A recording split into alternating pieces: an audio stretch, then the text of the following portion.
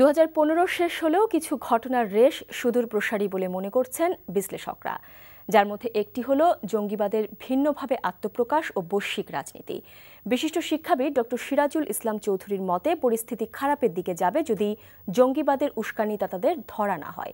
নানা অর্জনের কারণে 2015 ইতিহাসের ঠাঁই করে নেবে বলেও মনে করেন বিশ্লেষকরা। আশিকুর রহমান চৌধুরীর রিপোর্ট।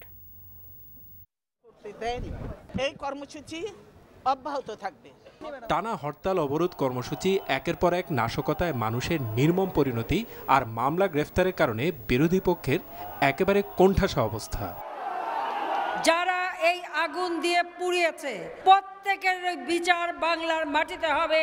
মোটা দাগে এসব ঘটনার মধ্য দিয়ে বছরের বেশিরভাগ সময় কাটলেও বছরের শেষ ভাগে এসে রাজনীতি ভিন্ন দিকে মোড় নেয় যখন সব দল ঘোষণা দেয় পৌর নির্বাচনে যাওয়ার, যদিও সেখানেও ছিল এক ধরনের অনিশ্চয়তা। দুইটা বড় দল তারা একে অপরকে সহ্য করতে পারছে না, এবং এক্ষেত্রে অবশ্যই বলতে হবে যে সরকারি দলের দায়িত্বই প্রধান, যে তারা এইরকম একটা ব্যবস্থা করতে হবে যাতে করে এই সহনশীলতাটা দেখা দেয় এবং যে বিরোধী পক্ষ তাকে কোণঠাসা করার মধ্য দিয়ে কিন্তু এক রাজনৈতিক যে স্থিতিশীলতা বা রাজনীতির ক্ষেত্রে যে ধরনের অগ্রগতি আমরা আশা করি সেটা আসবে না। 2015 ছিল সেই বছর যে বছর দেশের মানুষ নির্মমতার চূড়ান্ত দৃষ্টান্ত হিসেবে দেখেছে মায়ের গর্ভে থাকা শিশুকে গুলি করা সহ রাজন রাকিব হত্যাকাণ্ড। এই বছরই মানুষ দেখেছে ওত পেতে থাকা জঙ্গি গোষ্ঠী কিভাবে একের পর এক বিদেশি নাগরিককে হত্যা করছে পুলিশকে এবং ব্লগারদের, এমনকি আক্রমণ করছে শিয়া, আহমদিয়া সহ ধর্মীয় সম্প্রদায়ের উপর। এইসব প্রেক্ষাপটে বহির্বিশ্ব থেকে ঘোষণা আসে যে বাংলাদেশে জঙ্গি গোষ্ঠী আইএসের অস্তিত্ব আছে, যে ঘোষণাটি দিয়ে ইতোমধ্যে বিশ্বের বেশ কিছু দেশে আক্রমণ পর্যন্ত চালিয়েছে পশ্চিমা বিশ্ব। এই উগ্রবাদের যে উত্থান এখানে ঘটলে কার সুবিধা হবে?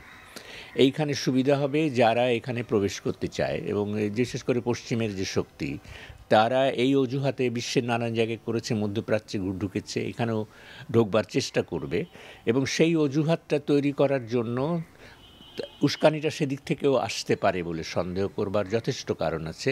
এইটা বাড়বে যদি আমরা এই উস্কানিদাতাদেরকেও চিহ্নিত করতে না পারি।